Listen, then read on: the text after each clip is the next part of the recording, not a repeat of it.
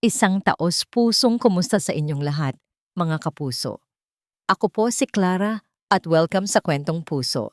Sabi nila, ang pagsasakripisyo ay ang pinakadalisay na anyo ng pag-ibig.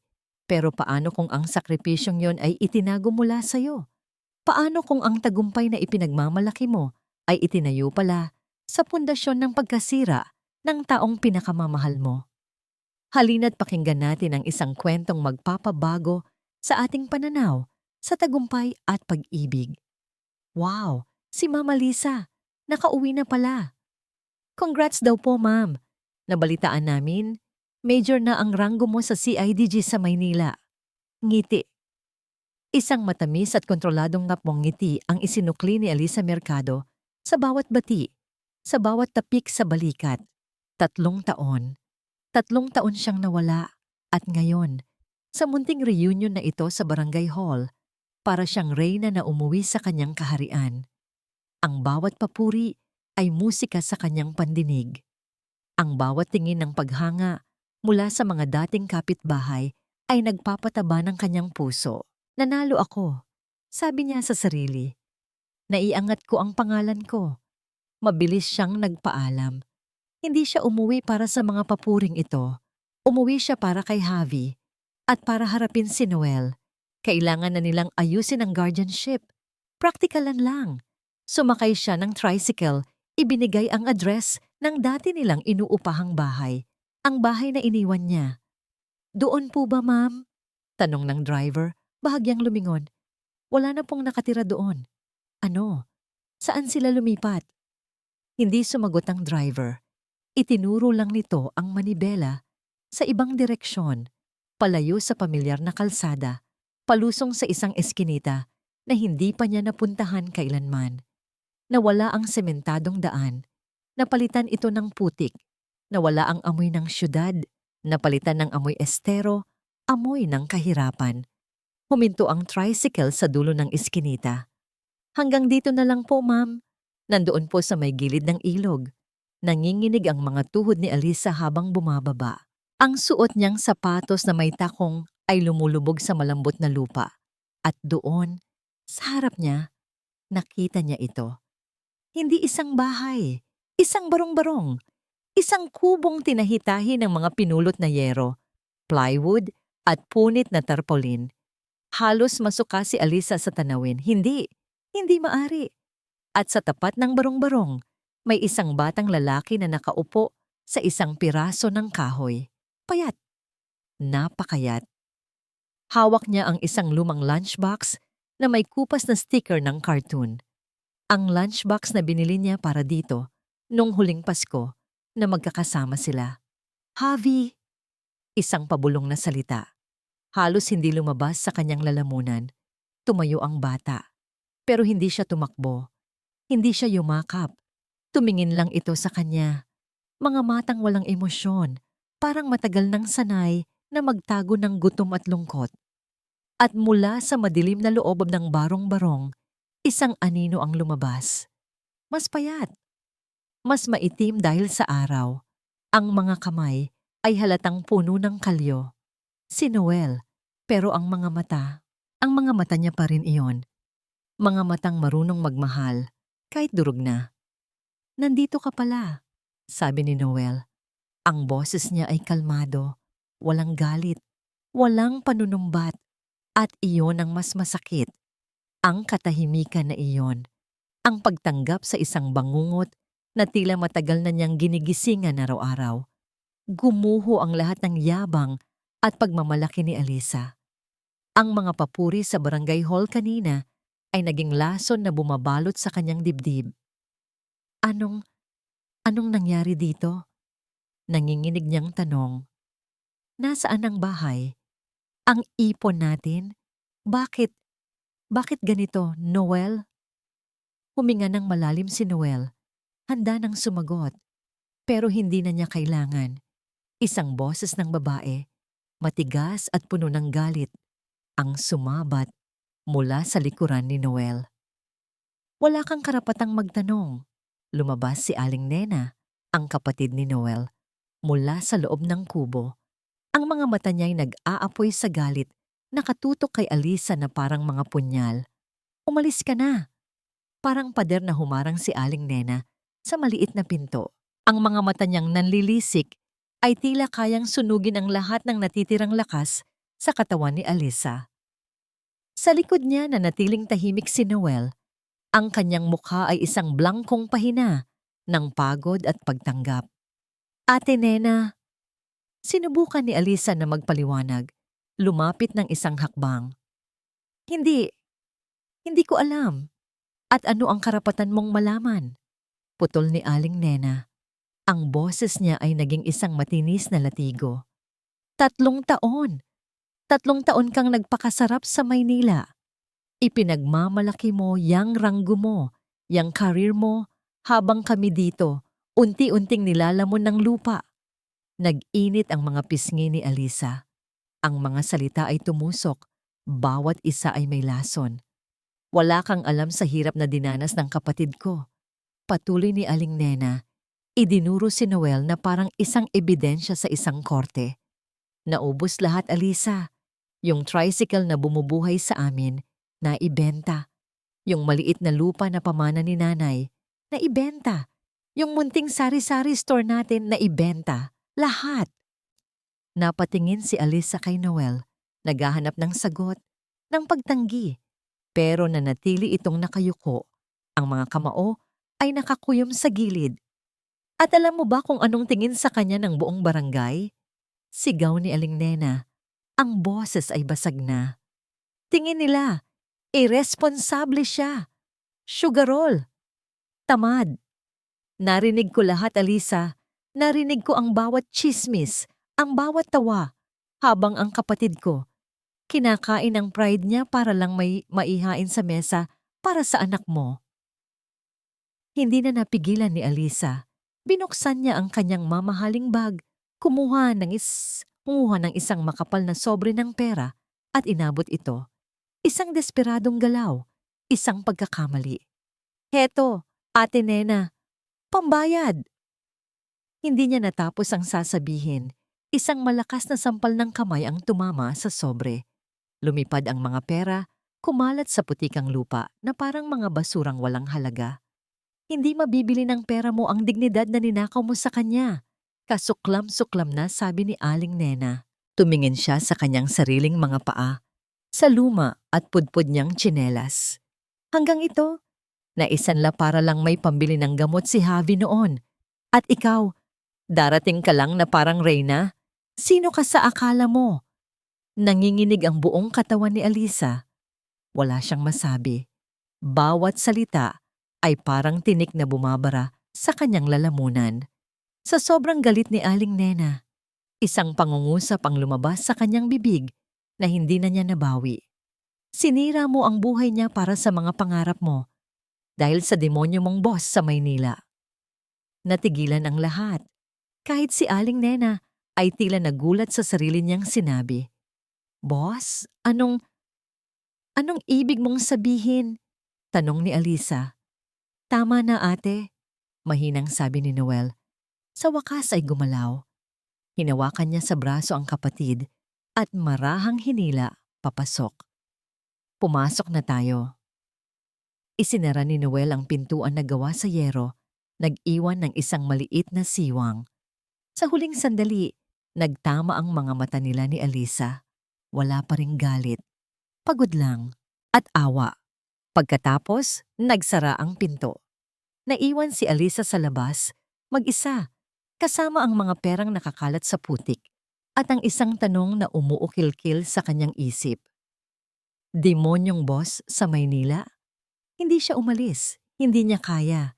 Naupo siya sa isang malaking bato sa di kalayuan, pinanood ang barong-barong habang dahan-dahang bumabagsak ang gabi. Hinintay niyang mamatay ang ilaw mula sa lampara sa loob. Hinintay niyang tumahimik ang lahat. Nang sigurado na siyang tulog na ang magkapatid, dahan-dahan siyang tumayo. Gamit ang liwanag mula sa kanyang cellphone, maingat siyang lumapit sa pinto at itinulak ito. Bumukas. Sa liwanag ng buwan na tumatagos sa mga butas ng dingding, nakita niya si Noel at Javi na magkatabing natutulog sa isang banig sa sahig. Ang puso niya ay nadurog. Ang kanyang mga mata, sanay sa paghahanap ng ebidensya, ay gumala sa maliit na silid. Walang kabinet, walang mamahaling gamit, tanging mga kahon at sako. At sa ilalim ng papag na nagsisilbing higaan, may isang lumang kahon ng sapatos. Dahan-dahan, walang ingay, lumuhod si Alisa at hinila ito.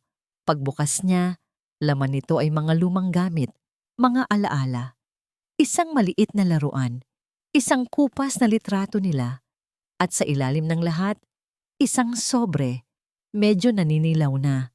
Nanginginig ang kanyang mga kamay habang inaabot ito. Nakasulat sa labas sa pamilyar na sulat kamay ni Noel para kay Alisa. Hawak ang sobre, naramdaman ni Alisa ang bawat pintig ng kanyang puso na parang isang martilyong pumupukpok sa kanyang dibdib. Sa liwanag ng buwan na sumisilip sa mga siwang ng dingding, binuksan niya ito. Isang piraso ng papel, nakatupi, at medyo naninilaw na sa gilid. Nagsimula siyang magbasa. Ang sulat kamay ni Noel, pamilyar at malinis, na tila isinulat sa isang gabing puno nang mabibigat na pa siya. Mahal kong Alisa, kung binabasa mo ito, ibig sabihin, bumalik ka.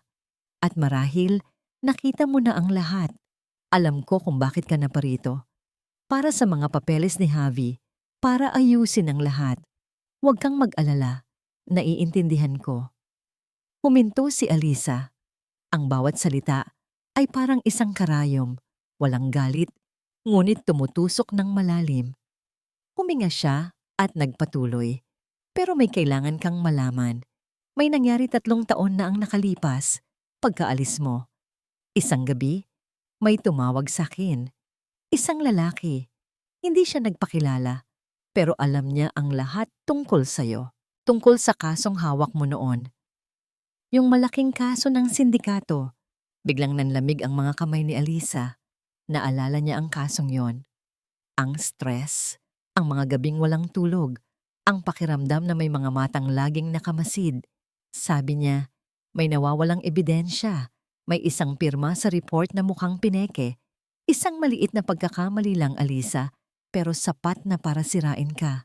Sabi niya, may mga taong gustong bumagsak ka. Ang boss mo, si Major Velasco, siya raw ang nasa likod ng lahat. Inggit daw sa'yo. Gusto niyang makuha ang posisyon mo. Napahawak si Alisa sa kanyang bibig. Pinipigilan ang isang hikbi. Si Velasco, ang nangiti nito, ang mga papuri. Lahat kasinungalingan. Humingi siya ng pera. 2 milyon. Kapalit ng ebidensya na maglilinis sa pangalan mo.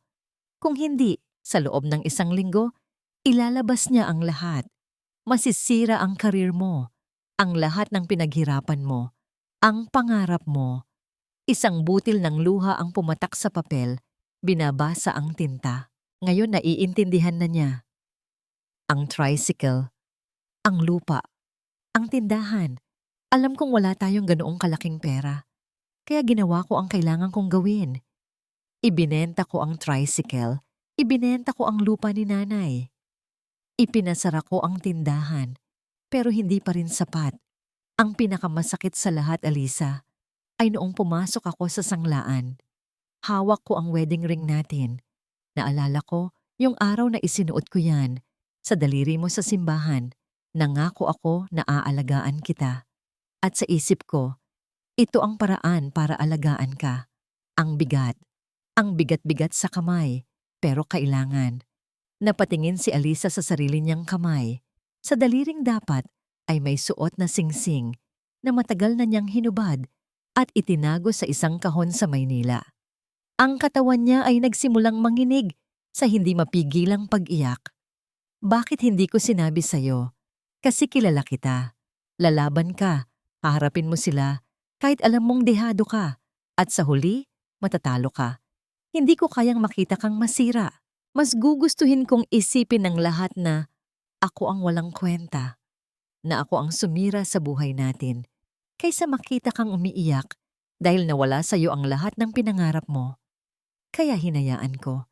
Hinayaan kong isipin mo na ako ang may kasalanan para makalakad ka palayo ng malaya, ng walang tanikala, ng walang utang na loob. Pinalaya kita para makalipad ka. Huwag mo na kaming alalahanin. Mag-ingat ka palagi.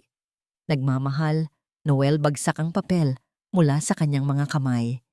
Ang mga hikbi na kanina niya pa pinipigilan ay bumuhos na parang isang rumaragasang ilog. Hindi malakas na iyak. Ito ay isang tahimik, nanginginig, at nakakawasak na pagtangis. Ang sakit ay hindi lang nasa puso niya. Gumagapang ito sa bawat ugat, sa bawat himaymay ng kanyang pagkatao. Ang bigat ng 3 taon ng pagmamataas ay bumagsak sa kanya sa isang iglap. Dinudurog siya sa ilalim ng kasalanan at pagsisisi. Isang mahinang kaluskos ang pumutol sa kanyang pagtangis. Dahan-dahan siyang nag-angat ng tingin. Gising na si Noel. Nakaupo na ito sa banig. Nakatingin siya sa kanya, pagkatapos ay saliham na nasa sahig. Ang mga mata niya, hindi galit, hindi panunumbat. Pagod lang at isang malalim na awa na tila ba sinasabing, ngayon, alam mo na. Kasabay noon, ang pinto ay marahang bumukas. Nakatayo roon si Aling Nena, halatang nagising sa ingay. Ang mukha niya ay puno ng pag-aalala, hanggang sa makita niya ang eksena sa harap niya, si Alisa na basang-basa sa luha at ang sulat na nasa sahig sa pagitan nilang tatlo. Ang pag-aalala sa mukha ni Aling Nena ay napalitan ng pagkagulat. Walang nagsalita. Tanging ang bigat ng isang katotohanang matagal nang itinago ang bumalot sa malamig na hangin ng barong-barong. Walang nagsalita. Ang tanging maririnig sa loob ng barong-barong ay ang mahinang paghikbi ni Alisa. Ang bigat ng katotohanan ay parang isang malaking batong nakadagan sa kanilang tatlo. Pinipigilan silang huminga. Si Alisa ang unang gumalaw. Dahan-dahan, lumuhod siya sa sahig na lupa. Hindi na alintana ang mamahalin niyang damit. Tumingin siya kay Noel. Ang mga matay namumugto at basang-basa sa walang tigil na agos ng luha. Noel, ang pangalan ng dating asawa, ay lumabas sa kanyang bibig na parang isang panalangin. Patawarin mo ako. Simple. Walang dagdag. Walang paliwanag. Tanging isang salitang puno ng pagsisisi na katumbas ng bigat ng 3 taon. Tumangulang si Noel, isang mabagal at pagod na pagtango. Pero si Aling Nena, na nakatayo pa rin sa may pinto, ay humakbang pasulong. Patawad? Ang boses niya ay puno ng pag-uyam. Ganoon lang kadali. Pagkatapos ng lahat ng kahihiyan, ng gutom, ng bawat pisong inutang namin sa kung saan-saan. Isang patawad mo lang, tapos na. Hindi nakasagot si Alisa, dahil tama si Aling Nena. Hayaan mo na ate, sabi ni Noel. Ang boses ay pagod. Pero hindi nagpapigil si Aling Nena. Hindi. Kailangan niyang marinig. Kailangan niyang malaman na ang kapatawaran ay hindi nabibili. Sa gitna ng tensyon, si Javi, na nagising na pala, ay umupo sa banig. Tumingin siya sa kanyang ina. Hindi na blangko ang mga mata, kundi puno na ng takot. Dahan-dahang lumapit si Alisa sa anak. Anak! Inilahad niya ang kanyang kamay, nanginginig. Halika kay mama. Ngunit umurong si Javi. Mabilis siyang gumapang palayo at nagtago sa likod ng kanyang ama. Ang maliliit niyang kamay ay mahigpit na nakakapit sa damit ni Noel. Ang bawat hibla ng pagkatao ni Alisa ay nasaktan. Ang pag-urong ng sarili niyang anak ay mas masakit pa sa 10 beses na sampal ni Aling Nena. Ito ang totoong resulta ng kanyang pag-alis. Ito ang sugat na hindi kayang gamutin ng pera o ng kahit anong ranggo. Tumayo si Alisa, pinunasan ng kanyang mga luha. Isang bagong determinasyon ang pumalit sa kanyang pagdurusa. Dito lang ako, sabi niya. Ang boses ay matabo ay matatag na ngayon. Hindi ako aalis. Aayusin ko to. Kinabukasan, tumupad siya sa kanyang sinabi. Ginamit niya ang pera niya para umupa ng isang maliit, ngunit malinis na apartment sa kabilang kanto.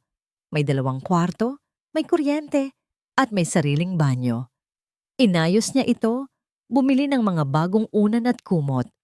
Pagkatapos, bumalik siya sa barong-barong. Noel, Javi, halina kayo. May nilipatan na tayo. Sabi niya, may bahid ng pag-asa. Pero umiling lang si Noel. Hindi bahay ang problema, Alisa. Pero mas magiging komportable kayo doon. Dito kami nabuhay sa loob ng 3 taon. Putol ni Noel, may diin sa bawat salita. Hindi ito basta-basta matatakpan ng bagong pintura at malambot na kama. Isang panibagong sampal ng katotohanan. Ang tulong niya, ang pera niya, ay tinanggihan. Bumalik si Alisa sa inupahan niyang apartment, mag-isa. Sa mga sumunod na araw, iyon ang naging routine niya. Sa umaga, magdadala siya ng pagkain sa barong-barong. Minsan, kinakain ni Noel. Madalas hindi. Si Javi ay hindi pa rin lumalapit. Isang hapon, bumili si Alisa ng isang bagong laruang kotse. Maganda, makintab, at the remote control. Inilapag niya ito sa harapan ni Javi. Tiningnan lang ito ng bata, walang interes. Pagkatapos ay kinuha nito ang sarili niyang laruan. Isang kotseng gawa sa pinagdugtong-dugtong na tansan ng bote, hinihila ng isang PC. Doon ito masayang naglaro. Nang gabing iyon, habang tahimik silang kumakain ng hapunan na dala ni Alisa, biglang tumunog ang luma at basag na cellphone ni Noel. Nang makita niya ang numero sa screen, nanlaki ang mga mata ni Noel. Namutla siya. Mabilis siyang tumayo. "Excuse me lang," sabi niya at lumabas ng barong-barong. Ang instinct ni Alisa bilang investigador ay bumalik. Sumunod siya. Nagtago sa gilid ng kubo kung saan hindi siya makikita pero sapat na para marinig. Narinig niya ang nanginginig na boses ni Noel, pabulong pero puno ng takot. Sinabi ko nang wala. Oo, hindi na siya babalik. May sinasabi ang tao sa kabilang linya. Pagkatapos, ang huling sinabi ni Noel ang nagpayanig sa mundo ni Alisa. Wala na siya rito. Tigilan niyo na kami. Isang kasinungalingan. Isang kasinungalingang halatang-halata na sinabi para protektahan siya. Ang anino ng demonyo sa Maynila.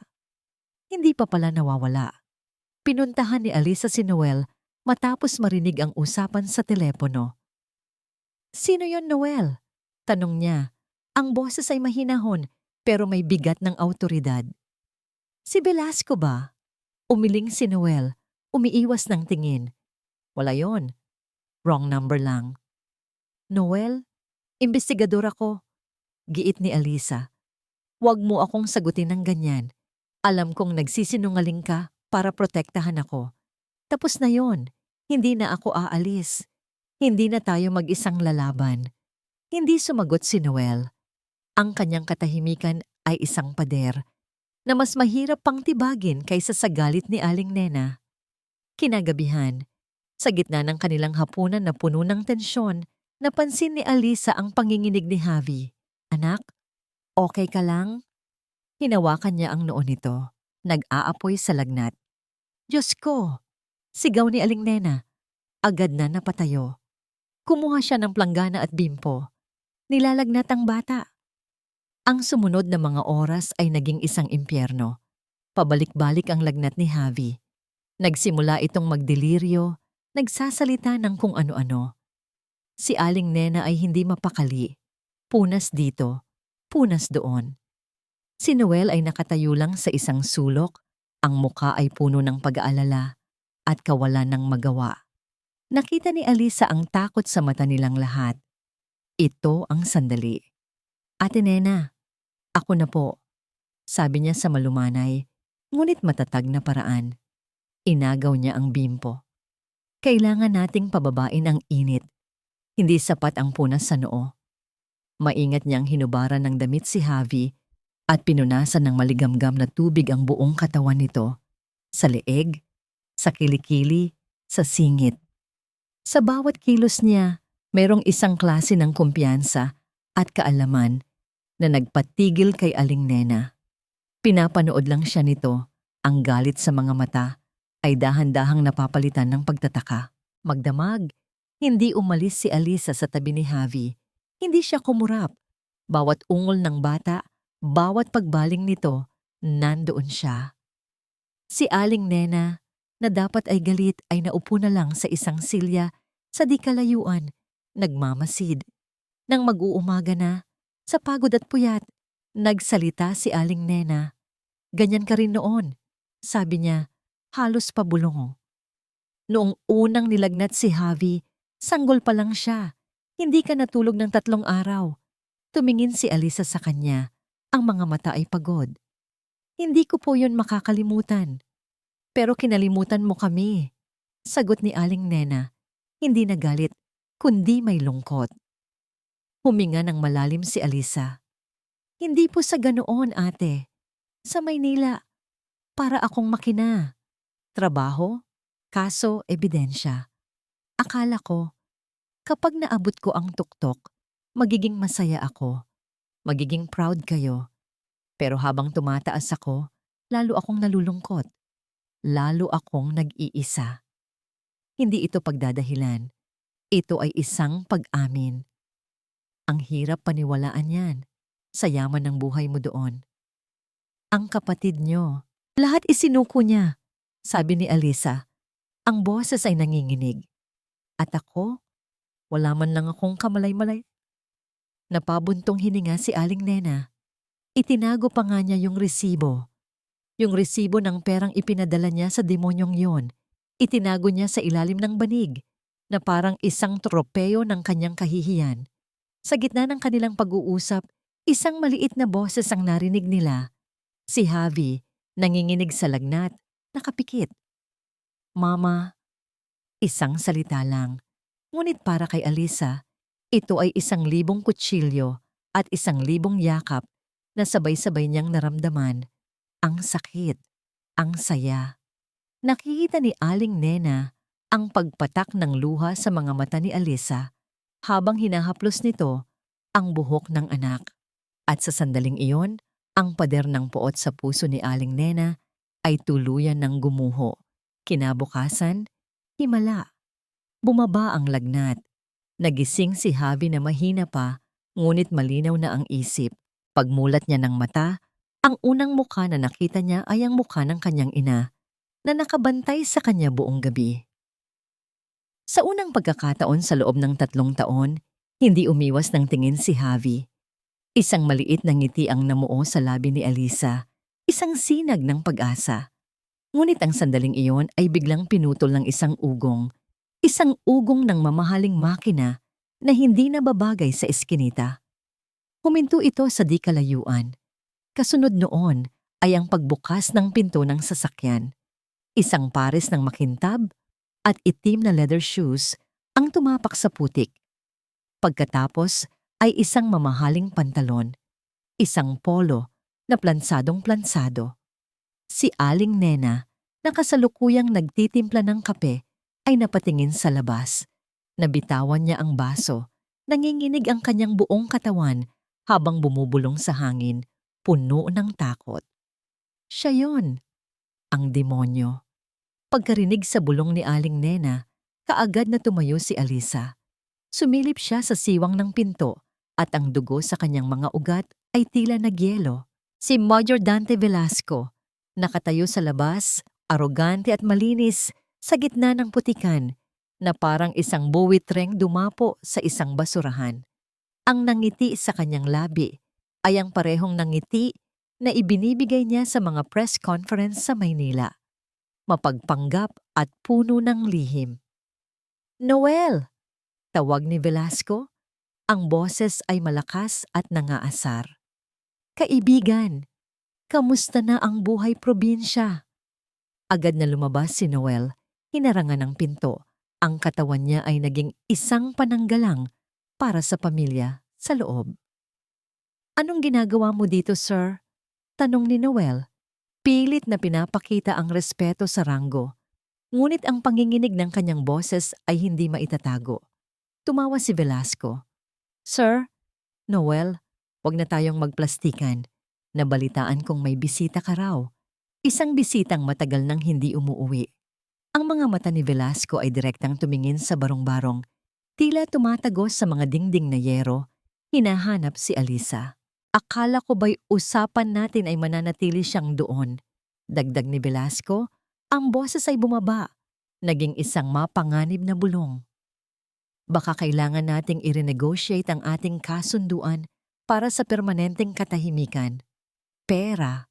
Humihingi na naman siya ng pera. Ang kapal ng mukha.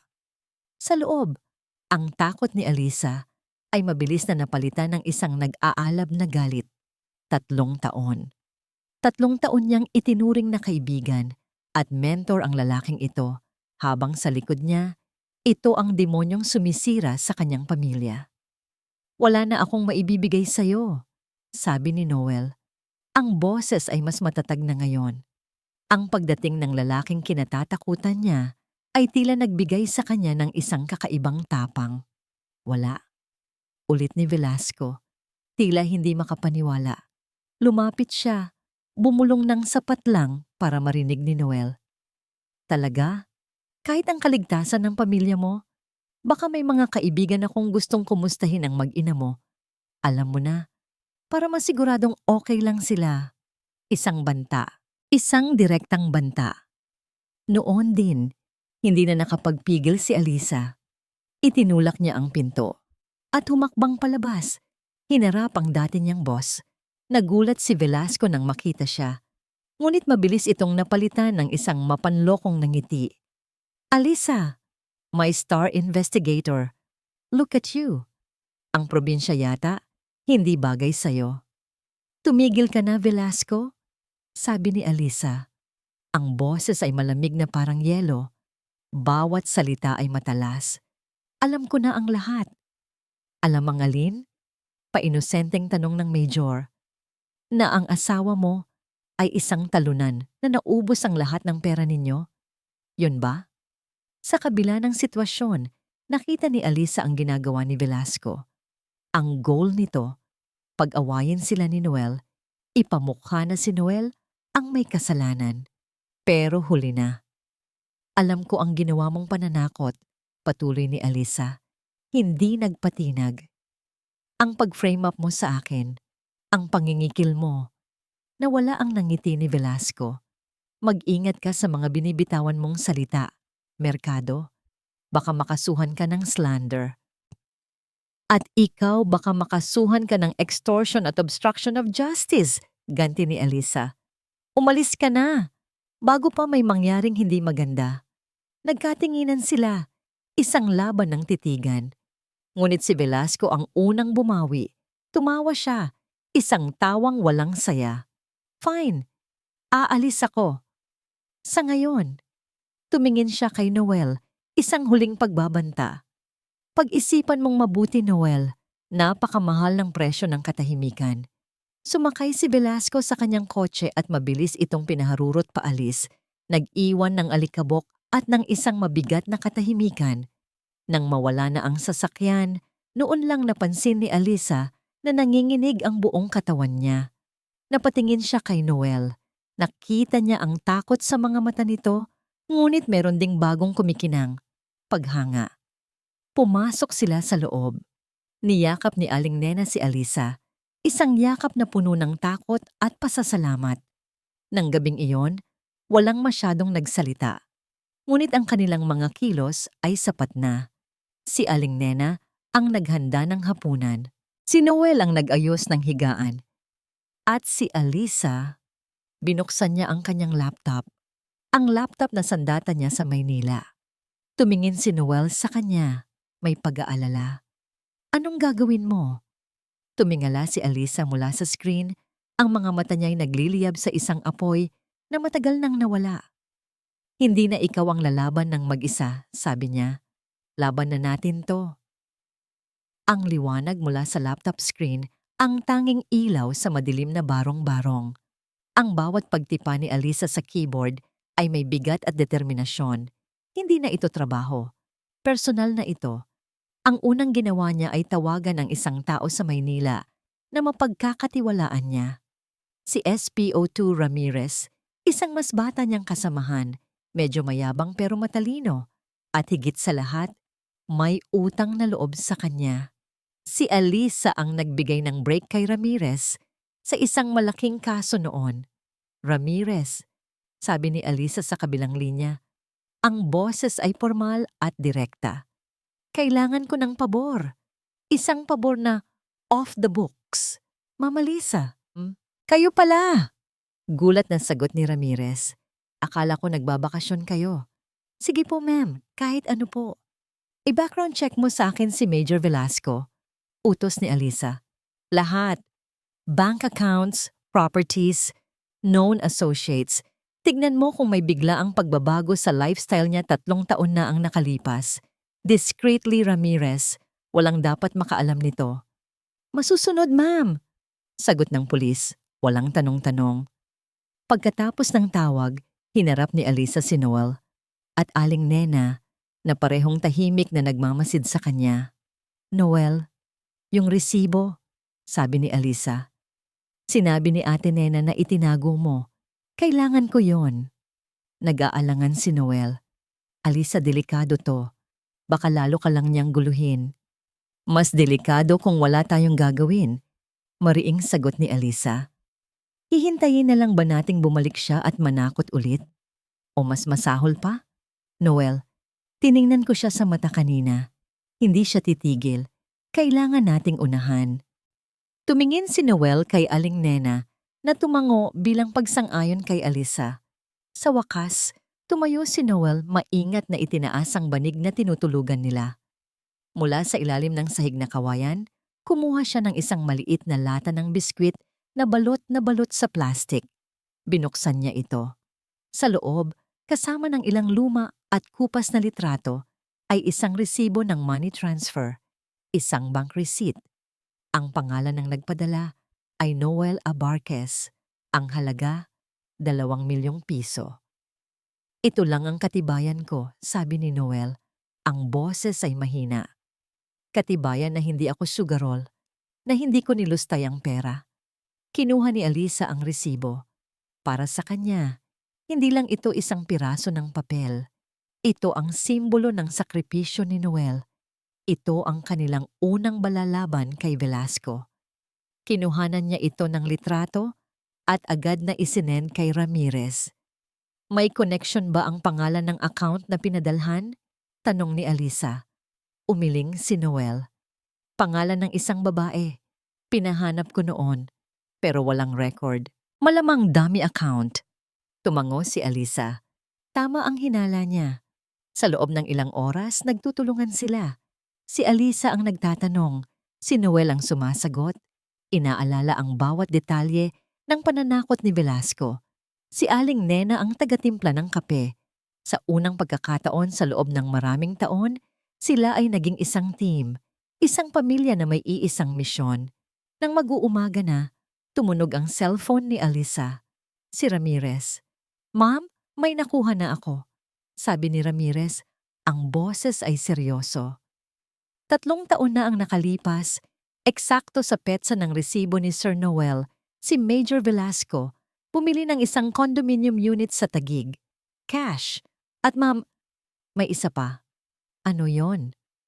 Ang dummy account na pinag-transferan, na-trace ko sa pangalan ng isang babae. Ang babaeng yun, ma'am, ay kapatid ng isang politiko. Isang politiko na may kasong homicide na na-dismiss noon dahil sa lack of evidence. At ang investigating officer ng kasong yun, ma'am. Huminto si Ramirez na tila nag-aalangan. Sino Ramirez? Mariing tanong ni Alisa. Si Major Velasco po. Nanlaki ang mga mata ni Alisa. Hindi lang ito simpleng pangingikil. Mas malaki, mas malalim, mas madumi. Bago pa man makasagot si Alisa, isang email notification ang lumabas sa kanyang laptop. Mula kay Ramirez. Ang subject ng email ay nakasulat sa malalaking letra. Ingat ka, may nakatingin sa'yo. Ang babala mula kay Ramirez ay nag-iwan ng isang nakakakilabot na lamig sa hangin. Pakiramdam ni Alisa, bawat galaw nila ay minamanmanan. Bawat anino sa eskinita ay tila may mga matang nakatingin. Kinailangan nilang mag-ingat. Ang laptop ay pansamantala niyang itinago. Ang usapan tungkol kay Velasco ay ginagawa na lang nilang pabulong. Sa gitna ng lumalaking tensyon, isang hindi inaasahang pangyayari ang dumating. Ang barangay nila ay nagdiwang ng taunang piyesta. Isang maliit na selebrasyon, may palaro para sa mga bata sa hapon at kaunting kantahan sa gabi. Hindi tayo pupunta, agad na sabi ni Noel. Delikado? Noel, mas delikado kung magkukulong tayo dito sa takot, sagot ni Alisa. Ang boses ay mahinahon. Mas maghihinala sila kung bigla tayong hindi magpapakita. Kailangan nating umaktong normal. At isa pa, tumingin siya kay Javi na tahimik na nakaupo sa isang sulok, pinaglalaruan ang tansan niyang kotse. Kailangan din ito ng anak mo. Kailangan niyang maramdaman na normal ang lahat. Napabuntong hininga si Noel, pero alam niyang tama si Alisa. Nang hapong yon, lumabas silang tatlo. Si Aling Nena ay nagpaiwan. Sinabing magbabantay ng bahay. Habang naglalakad sila papunta sa munting plaza, naramdaman ni Alisa ang mga tingin, ang mga bulungan. Ngunit sa halip na mahiya, tiningnan niya ang mga ito ng diretso. Isang maliit na ngiti sa kanyang labi. Hinawakan niya ang kamay ni Noel. Nagulat si Noel sa ginawa niya, pero hindi nito inalis ang kamay. Sa halip, mas hinigpitan pa nito ang hawak.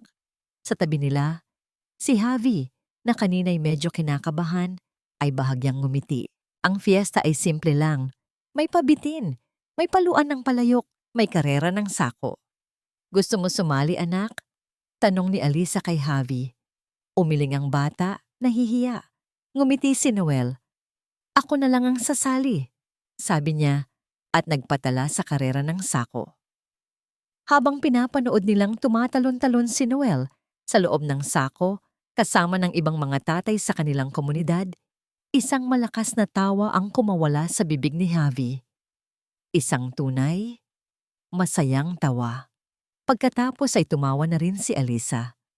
Ang tunog ng kanilang pinagsamang halakhak ay parang isang musika na matagal na nilang hindi naririnig. Natalo si Noel sa karera, pero pagbalik niya sa kanila, hingal na hingal siya at puno ng ngamang ngiti. Sa unang pagkakataon, sa loob ng 3 taon, nakita ni Alisa ang dating Noel, ang lalaking simple, masayahin, at kayang gawing biro ang lahat. Sumali si Javi sa paluan ng palayok, nakapiring ang mga mata, hawak ang isang patpat, pinaikot-ikot siya. Kaliwa anak, konti pa. Sigaw ni Noel, diretso lang, taasan mo ang kamay mo. Sigaw naman ni Alisa. Sa gitna ng tawanan at sigawan, hinampas ni Javi ang palayok. Bumasag ito. Nagpalakpakan ang lahat habang umuulan ng mga candy. Tumakbo si Javi papunta sa kanila, hawak ang isang maliit na plastik na laruan bilang premyo. Ang mukha'y nagliliwanag sa tagumpay. Ipinakita niya ito sa kanila. Hindi lang sa isa, kundi sa kanilang dalawa. Sa gitna ng kasiyahan, isang pamilyar na mukha ang lumapit. Si Aling Nena, may dalang isang plato ng pansit at 2 baso ng soft drinks. O baka nagugutom na kayo, sabi niya, at ibinigay ito kay Alisa. Isang simpleng gesture, pero para sa kanilang lahat, ito ay isang malaking hakbang. Habang kumakain sila sa isang tabi, napansin ni Alisa ang isang lalaking nakatayo sa di kalayuan sa ilalim ng isang puno ng mangga. Hindi ito taga roon. Ang pananamit ay masyadong formal para sa isang fiesta. At hindi nito inaalis ang tingin sa kanila. Kinutuban si Alisa. Sinenyasan niya si Noel. Napansin din ito ng dating asawa. Oras na para umuwi, mahinang sabi ni Noel. Tumayo sila. Dahan-dahan, pilit na hindi nagpapakita ng anumang pagmamadali. Ang pakiramdam ng pagiging masaya ay biglang napalitan ng isang malamig na takot. Habang papalapit sila sa kanilang eskinita, alam na nilang may mali. Ang pinto ng barong-barong, nakabukas ng bahagya. At ang padlock na laging isinasara ni Al, ang pinto ng barong-barong, nakabukas ng bahagya. At ang padlock na laging isinasara ni Aling Nena. sira at nakahandusay sa lupa. Isang matinding kaba ang dumaloy sa kanilang mga ugat. Mabilis na itinulak ni Noel si Alisa at Javi sa likod niya. "Dito lang kayo," utos niya, bago maingat na itinulak ang pinto. Ang tanawin sa loob ay parang dinaanan ng isang buhawi. Ang mga damit ay nakakalat sa sahig. Ang banig ay nakataob. Ang ilang gamit sa kusina ay basag. Lahat ng kanilang munting ari-arian ay hinaluughog, tinapon, sinira. "Ate," sigaw ni Noel. Ang boses ay puno ng pag-aalala. "Ate Nena." Walang sumasagot. Pero ang pinakakakilakilabot sa lahat ay ang nasa gitna ng sahig. Ang maliit na lata ng biskwit na pinagtaguan ni Noel ng resibo. Bukas ito at walang laman. Ang resibo, ang nag-iisang pisikal na ebidensya nila, ay nawawala. "Ate! Ate Nena!" Ang desperadong sigaw ni Noel ay umalingaw-ngaw sa maliit na espasyo, puno ng takot na baka may mas masahol pang nangyari. Kasabay ng sigaw niya, isang pinto mula sa kalapit na bahay ang bumukas. Mula roon, lumabas si Aling Nena, nanginginig at tinutulungan ng isang kapitbahay. Ang mukha niya'y putlang-putla. Dito ako pinapunta ng 2 lalaki," sabi niya. Hirap na hirap magsalita. Habang nag-aayos ako, bigla silang pumasok. Tinakpan ang bibig ko. Sabi, "Wag daw akong maingay kung ayaw kong masaktan ang mga pamangkin ko." Niyakap ni Noel ang kapatid. Ang takot ay napalitan ng galit. Isang galit na walang magawa. "Kasalanan ko to," bulong ni Noel. Paulit-ulit na parang isang sirang plaka. "Dapat hindi na tayo umalis. Dapat binantayan ko." "Hindi mo kasalanan, Noel," sabi ni Alisa. Ngunit ang sarili niyang boses ay nanginginig. Si Aling Nena ay napaupo na lang sa sahig, sa gitna ng mga nagkalat na gamit at napahagulgol. Ang babaeng matapang na humarap kay Alisa, ilang araw lang ang nakalipas ay ngayon, isang imahe ng pagkatalo at takot. Ang pag-iyak ni Aling Nena, ang tila gumising kay Alisa mula sa kanyang sariling pagkagulat. Ang takot sa kanyang mga mata ay nawala. Napalitan ito ng isang lamig na pamilyar sa kanya. Ang lamig ng isang investigador sa isang crime scene. "Tumahan na kayo," sabi niya. Ang boses ay kalmado at may awtoridad. "Huwag niyong ibigay sa kanya ang gusto niya. Ang makita tayong natatakot, ang makita tayong talunan." Tumingin sa kanya si Noel at Aling Nena. Parehong nagtataka sa biglaang pagbabago ng kanyang kilos. Lumuhod si Alisa sa sahig. Pinulot niya ang latang walang laman. Tinitigan niya ito. Kinuha niya ang papel. Sabi niya, ang boses ay matigas na parang bakal. Pero hindi niya makukuha ang kwento natin. Hindi niya mabubura ang ginawa niya. Dahan-dahan siyang tumayo. Ang kanyang mga mata ay nagsimulang suriin ang bawat sulok ng kanilang sinirang tahanan. Hindi na bilang isang biktima, kundi bilang isang pulis. "Sabi mo, Ate Nena, 2 lalaki?" Tanong niya. Tumango si Aling Nena. "Malalaki ang katawan. Hindi ko nakita ang mukha. Naka-face mask." "May hinawakan ba sila? May iniwan?" Nag-isip si Aling Nena. "Wala. Mabilis lang sila. Kinuha lang yung lata, tapos..." Hindi na itinuloy ni Alisa ang pagtatanong. Ang mga mata niya ay napako sa isang bagay na kumikinang malapit sa lugar kung saan nakatumba ang kanilang maliit na mesa. Isang bagay na hindi dapat nandoon. Maingat siyang lumapit at yumuko. Ginamit niya ang isang piraso ng basahan para pulutin ito. Isang butones. Isang itim na butones na may maliit na disenyong parang korona sa gitna. Halatang galing sa isang mamahaling polo shirt. "Ano yan?" tanong ni Noel. "Isang pagkakamali," sagot ni Alisa. Isang maliit na ngiti ang sumilay sa kanyang labi. Nagmamadali sila masyado, kaya naging pabaya. Alam niyang maliit na bagay lang ito. Mahirap patunayan, ngunit sa sandaling iyon, hindi ito basta isang butones. Ito ay simbolo. Isang simbolo na si Velasco at ang kanyang mga tauhan ay hindi perpekto. Pwede silang magkamali. At kung pwede silang magkamali, pwede silang matalo. Isang bagong plano ang nabubuo sa kanyang isip.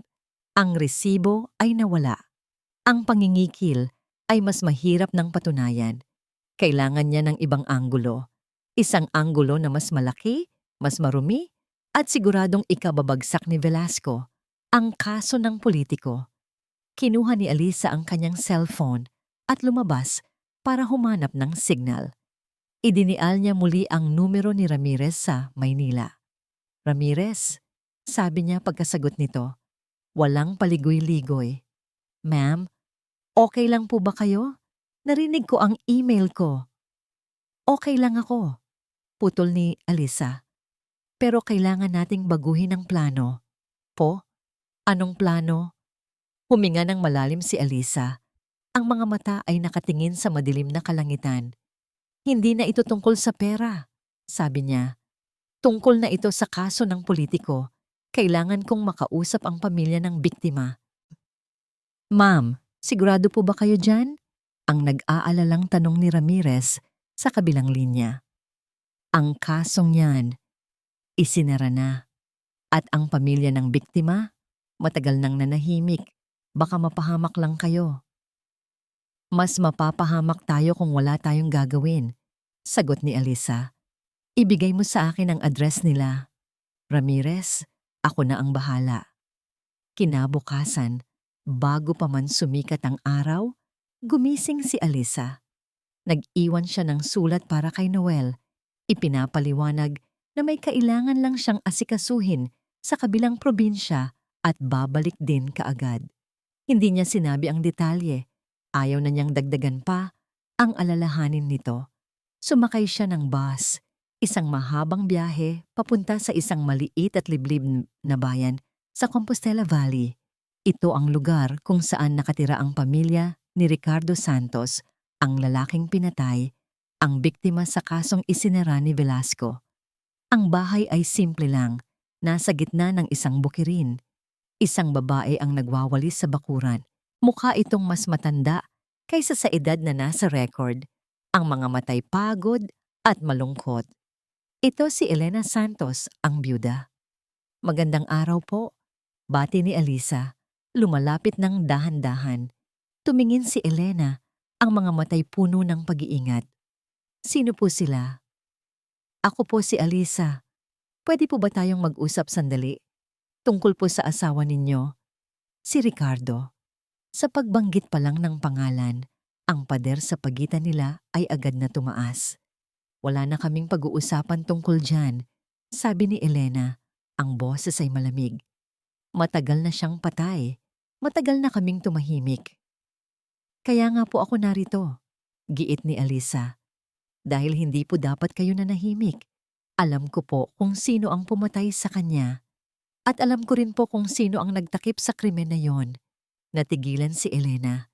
Ibinaling niya ang tingin kay Alisa. Pinag-aaralan ang bawat pulgada ng kanyang pagkatao. Pulis ka ba? Umiling si Alisa. Hindi. Opo, pulis ako. Pero hindi ako naparito bilang pulis. Huminga siya ng malalim. Naparito po ako bilang isang ina, bilang isang asawa, na halos masira din ang pamilya dahil sa parehong tao, si Major Dante Velasco. Ang pagbanggit sa pangalan ni Velasco ay nagpabago sa lahat. Nakita ni Alisa ang kislap ng galit at takot sa mga mata ni Elena. Ikinuwento ni Alisa ang lahat. Ang pananakot, ang pangingikil, ang sakripisyo ni Noel. Hindi niya itinago ang sarili niyang pagkakamali. Inilatag niya ang lahat ng baraha, hindi bilang isang investigador, kundi bilang isang taong humihingi ng tulong at nag-aalok ng pag-asa. Nang matapos siyang magsalita, si Elena ay umiiyak na. Akala ko kami lang, sabi ng byuda. Ang boses ay basag. Tinakot niya kami. Sabi niya, kung magsasalita kami, idadamay niya ang mga anak ko. Walang kalaban-laban ang isang simpleng magsasakang tulad namin sa isang major at sa isang politiko. Hindi na po kayo nag-iisa ngayon, sabi ni Alisa. Inabot ang kamay ni Elena. Pero kailangan ko po ng tulong ninyo. Kahit anong ebidensya, kahit anong detalye na pwedeng magbukas muli ng kaso. Pumasok sila sa loob ng bahay. Mula sa isang lumang baul, kinuha ni Elena ang isang maliit, itim na notebook. Ito ang diary ng asawa ko, sabi niya. Bago siya mamatay, may iniimbestigahan siyang anomalya sa munisipyo na sangkot ang politikong yon. Isinulat niya lahat dito. Ang mga petsa, ang mga pangalan, ang mga halaga. Ibinigay niya ang notebook kay Alisa. Ang mga kamay ni Elena ay nanginginig. Pero may mga code, mga initial, mga simbolo. Siya lang ang nakakaintindi. Kinuha ni Alisa ang notebook. Ito na yon. Ito ang ali na kailangan niya. Salamat po. Pangako, bibigyan natin ng hustisya si Ricardo. Ang dalawang babae na pinag-isa ng iisang kaaway ay nagyakap, isang alyansang nabuo mula sa sakit at pag-asa. Habang nasa biyahe na si Alisa pabalik, hawak-hawak ang notebook na parang isang kayamanan. Biglang tumunog ang kanyang cellphone. Isang unknown number. Sinagot niya ito. Major Mercado. Ang boses sa kabilang linya ay malamig, pamilyar, at puno ng pagbabanta. Boses ni Velasco. Narinig ko. Nagbabakasyon ka raw sa Compostela Valley. Maganda ba doon? Nanigas si Alisa sa kanyang upuan. Paano niya nalaman? Mag-ingat ka sa biyahe pa uwi. Patuloy ni Velasco. Ang bawat salita ay may lason. Baka hindi ka na makarating. Kasabay ng pagbaba niya ng telepono, isang malakas na busina ang narinig ni Alisa. Mula sa salamin sa harap ng bus, nakita niya ang isang malaking itim na truck na mabilis na humaharurot, papalipat sa kanilang linya, diretsong sasagasa sa kanila. Isang nakabibinging pagre-repreno ng preno, isang malakas na kalabog. Nagtilian ang mga pasahero sa loob ng bus. Nagising ang natutulog na mundo ni Alisa sa gitna ng sindak. Ang itim na truck ay bahagyang sumayad sa gilid ng bus bago ito muling humarurot at nawala sa kalsada. Aksidente? O isang malinaw na mensahe? Alam ni Alisa ang sagot. Nanginginig siyang bumaba sa susunod na terminal at sumakay ng ibang bus. Palipat-lipat. Tinitiyak na walang sumusunod sa kanya. Nang makarating siya sa Davao, hindi na siya ang parehong Alisa na umalis kaninang umaga. Ang takot ay nariyan, oo, pero mas nangingibabaw ang isang matinding galit at determinasyon. Hindi na ito laban para sa hustisya, laban na ito para sa kaligtasan. Diyos ko, Alisa, saan ka galing? Sinalubong siya ni Noel, ang mukha ay puno ng pag-aalala. Buong araw akong hindi mapakali. Hindi na naglihim si Alisa. Ikinuwento niya ang lahat. Ang pagpunta niya sa Compostela Valley, ang byuda, ang diary, at ang muntik na aksidente. Ipinakita niya ang itim na notebook. Ito na ang katapusan niya, Noel, sabi ni Alisa. Magdamag, pinag-aralan nilang dalawa ang diary. Gaya ng sinabi ng byuda, puno ito ng mga code. Govern VM, P5M, SOP, JV Enterprises. Ngunit sa talino ni Alisa sa pag-iimbestiga at sa tulong ng mga alaala ni Noel tungkol sa mga lokal na balita noon, dahan-dahan nilang pinagtatagpi-tagpi ang puzzle. Ang diary ay naglalaman ng detalyadong talaan ng mga kickback mula sa mga ghost project ng gobyerno na pinapadaloy sa isang pekeng kumpanya, ang JV Enterprises, at ang JV ay malinaw na tumutukoy kay Tante Velasco.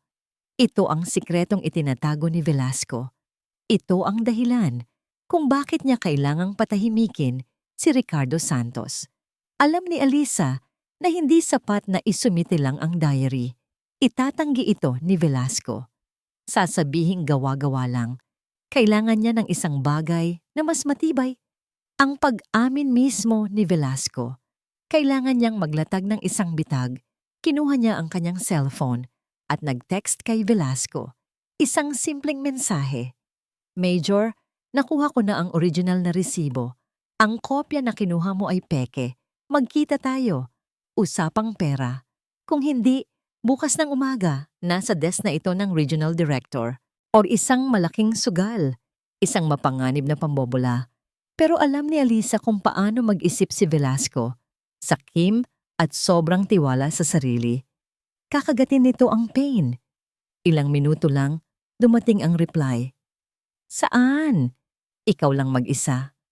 Nagbigay si Alisa ng address. Isang maliit at bukas na coffee shop sa downtown. Isang lugar na maraming tao, kung saan hindi ito makakagawa ng anumang marahas. Bago siya umalis, hinarap niya si Noel. Ang mga mata nito ay puno ng takot para sa kanya. Mag-iingat ka, sabi ni Noel. Ang boses ay nanginginig. Hinawakan nito ang kanyang mga kamay. Hindi ko kakayanin kung may mangyari sa'yo. Walang mangyayari, sagot ni Alisa, puno ng kumpiyansa. Oras na para bayaran niya ang lahat. Habang papalabas na siya ng pinto, isang maliit na boses ang pumigil sa kanya. Mama, napalingon siya. Si Javi, nakatayo roon, ang mga matay puno ng pag-aalala na hindi nababagay sa kanyang edad. Lumapit ito sa kanya at yumakap sa kanyang mga binti. Isang mahigpit na yakap. Ingat ka, Mama. Ito ang unang beses na tinawag siya nitong Mama nang may buong pagsuyo at pag-aalala. Niyakap ni Alisa ang anak at sa sandaling iyon, nakuha niya ang lahat ng lakas na kailangan niya. Pagdating sa coffee shop, umupo si Alisa sa isang mesa sa labas. Nag-order siya ng kape. Naghintay.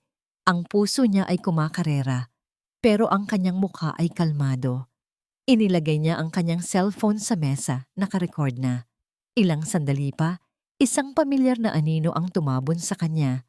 Tumingala siya. Si Major Dante Velasco. Nakangiti ang demonyo, pero hindi siya nag-iisa.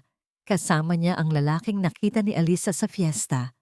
Ang lalaking nakatayo sa ilalim ng puno ng mangga. Ang lalaking hindi niya maalis sa isip. Ngayon, sa malapitan, nakita niya ito ng malinaw. Ito rin ang isa sa mga lalaking nanloob sa kanilang bahay. Sigurado siya, kahit naka-face mask ang mga ito noon, ang tindig, ang mga mata.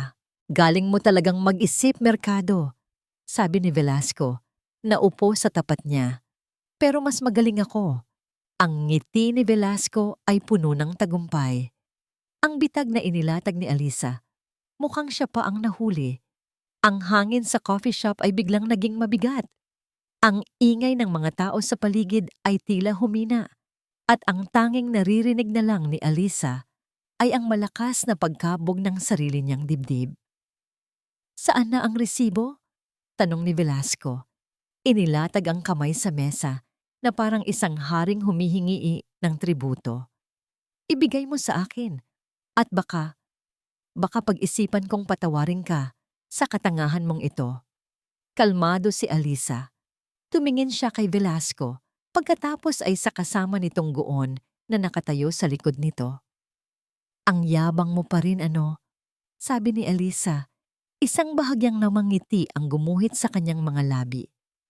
Kahit alam mong ito na ang huli mong araw ng kalayaan, nawala ang nangiti ni Velasco. Anong pinagsasasabi mo? Nasa iyo ang alas, Alisa. At ako, hawak ko ang baraha mo. Nagkakamali ka, Major, sabi ni Alisa. Dahan-dahang kinuha ang kanyang tasa ng kape. Ang pinunta ko dito ay hindi para ibigay ang ebidensya. Pinunta ko dito para sa'yo. Kumunot ang noo ni Velasco, hindi maintindihan. Ang resibo? Ang diary? Patuloy ni Alisa. Akala mo ba, ganoon ako katanga para dalhin yon dito? Isang pagbabago ang gumuhit sa mukha ni Velasco. Mula sa pagiging kampante, napalitan ito ng pagdududa. Bago pa man ako mag-text sa'yo, paliwanag ni Alisa. Ang kopya ng bawat pahina ng diary ni Ricardo Santos kasama ang sinumpaang salaysay ng kanyang asawa at ang kumpletong record ng financial transactions mo na ipadala ko na. Nanlaki ang mga mata ni Velasco. Saan? Sa isang kaibigan, sabi ni Alisa. Isang kaibigan na may-ari ng isang sikat na news blog at sa isa pang kaibigan, sa Internal Affairs Service sa Camp Crame. Ang kulay sa mukha ni Velasco ay unti-unting nawala. Ang pag-uusap nating ito, tinaas ni Alisa ang kanyang cellphone, naka-record. Ang pag-amin mo na ikaw ang nasa likod ng lahat. Ang banta mo sa buhay ko. Lahat yan, naririnig ng isa pang kaibigan na pulis na naghihintay lang sa kabilang kanto. Sa isang iglap, tumayo si Velasco, handang tumakbo. Ngunit huli na ang lahat. Mula sa iba't ibang direksyon, lumapit ang mga unipormadong pulis. Ang mga customer ng coffee shop ay nagsigawan sa gulat. Sa harap ng lahat, si SPO Tua Ramirez, na lumipad pa pala mula Maynila, ang lumapit at humarap kay Velasco. Major Dante Velasco, sabi ni Ramirez, ang boses ay matigas at formal. Inaaresto ka namin para sa mga kasong extortion, grave threats, at obstruction of justice. May karapatan kang manahimik. Hindi makapaniwala si Velasco. Tumingin siya kay Alisa. Ang mga matay nanlilisik sa galit at pagkatalo. Hayop ka, Mercado! Papatayin kita! Habang isinisigaw niya ang mga banta, pinoposasan na siya ng mga pulis. Ang kasama niyang guon ay sinubukan pang tumakbo, ngunit agad ding nahuli. Sa gitna ng kaguluhan, isang tao ang lumapit kay Alisa, si Noel. Nakatayo siya sa di kalayuan, pinapanood ang lahat. Tumakbo siya palapit nang makitang ligtas na ang sitwasyon. Ang mga mata nila ay nagtama sa gitna ng damdong. Walang salita. Tanging isang tingin ng kainom, ng pasasalamat, at ng isang pag-ibig na sinubok ng apoy at naging mas matibay. Tapos na. Nanalo sila. Nang gabing iyon, matapos ang mahabang proseso ng pagbibigay ng salaysay sa istasyon ng pulis, umuwi sila. Ang barong-barong na dati simbolo ng kanilang pagkatalo ay ngayon naging isang kanlungan ng kanilang tagumpay. Ngunit bago pa man sila makapagpahinga, isang tawag ang natanggap ni Alisa mula sa headquarters sa Maynila. Major Mercado? Sabi ng boses sa kabilang linya, isang mataas na opisyal. Pinapatawag ka ng Board of Inquiry. Kailangan mong ipaliwanag ang lahat ng nangyari. Ang iyong unofficial investigation. Ang iyong pag-alis sa pwesto. Lahat. Nabitawan ni Alisa ang telepono. Natalo nila si Velasco. Ngunit ang laban para sa kanyang sariling kinabukasan, ngayon pa lang magsisimula. Ang biyahe pabalik ng Maynila ay ibang-iba sa pag-uwi niya sa Davao. Wala na ang yabang, wala na ang pagmamataas. Ang tanging dala niya ay isang mabigat na puso at isang kinabukasan na walang kasiguraduhan. Sa harap ng Board of Inquiry, isang panel ng mga matataas at seryosong opisyal, inilatag ni Alisa ang lahat. Hindi siya nagtago ng anumang detalye. Inamin niya ang kanyang unofficial investigation. Inamin niyang nilabag niya ang ilang protocol. At higit sa lahat, inamin niya ang kanyang pinakamalaking pagkakamali. Naging bulag po ako, sabi niya. Ang boses ay matatag, ngunit puno ng kababaang loob. Naging bulag ako sa ambisyon. Akala ko, ang mga ranggo sa balikat ko at ang mga medalya sa dibdib ko ang sukatan ng aking pagkatao. Dahil doon, hindi ko nakita ang mas mahalaga, ang pamilya ko. Ikinuwento niya ang sakripisyo ni Noel, hindi para humingi ng awa, kundi para ipaintindi sa kanila ang buong konteksto. Nang matapos siyang magsalita, ang silid ay binalot ng isang mabigat na katahimikan. Makalipas ang ilang araw ng deliberasyon, ipinatawag siyang muli.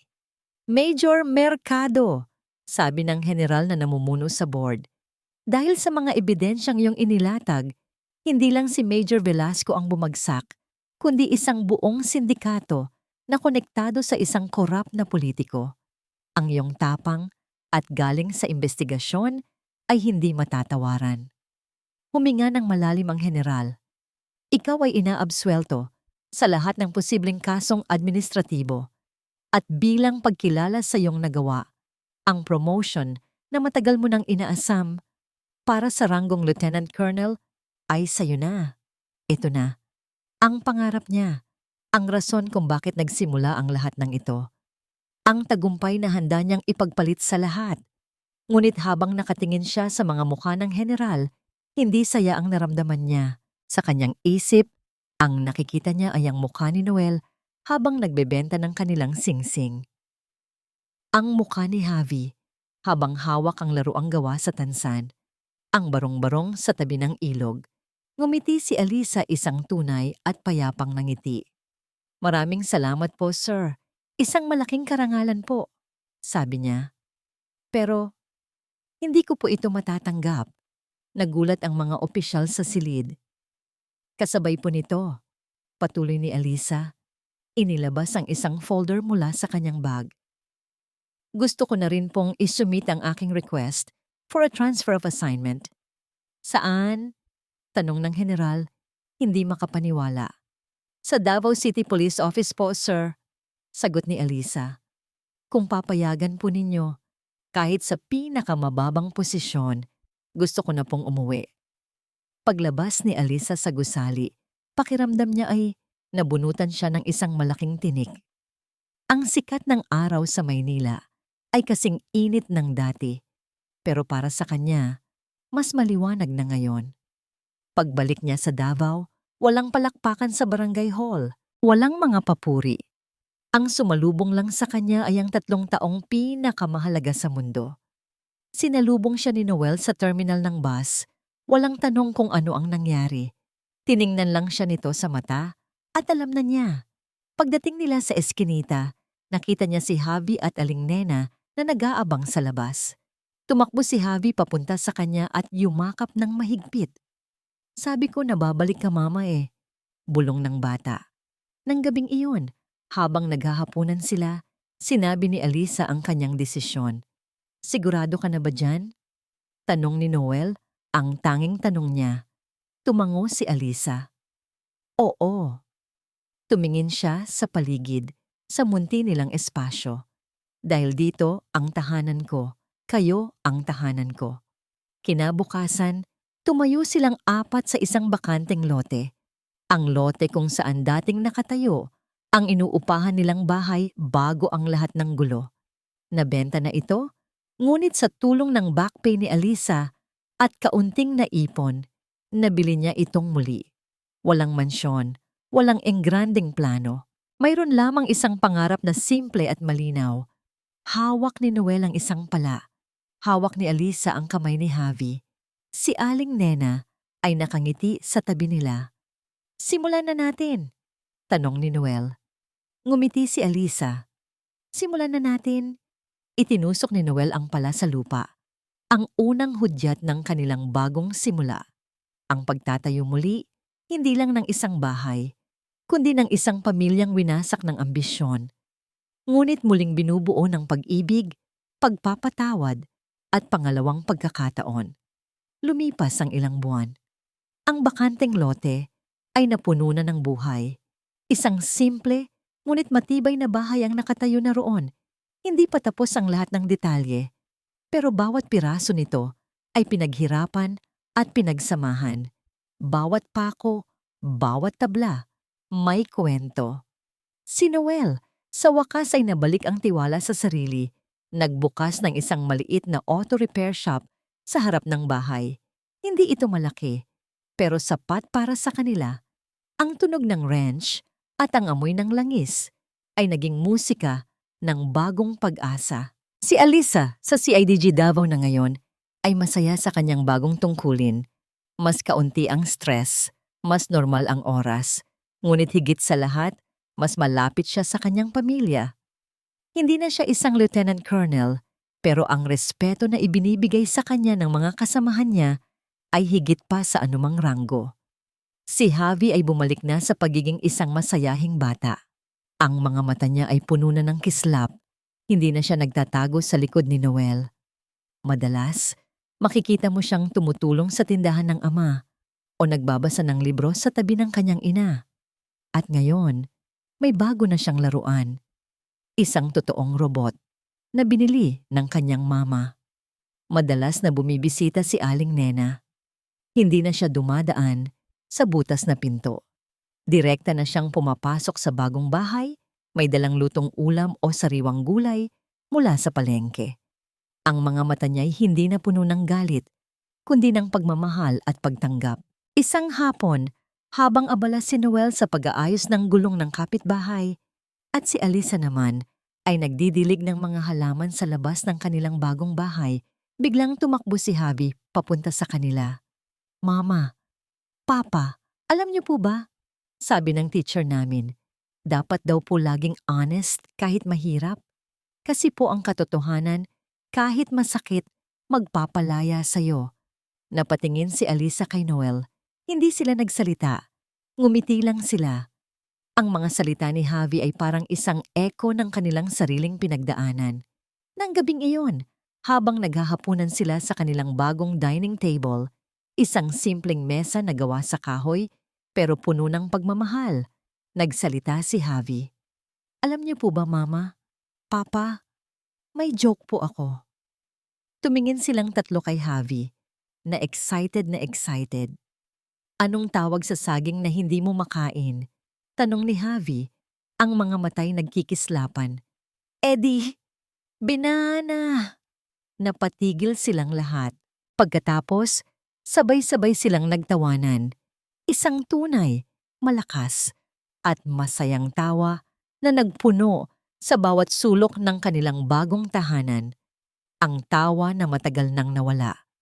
Ang tawa na sumasagot sa tatlong mahahalagang tanong. Oo, si Alisa ay nakahanap ng kapatawaran. Hindi lang mula kay Noel at Javi, kundi sa sarili niya. Oo, nakahanap sila ng kapayapaan.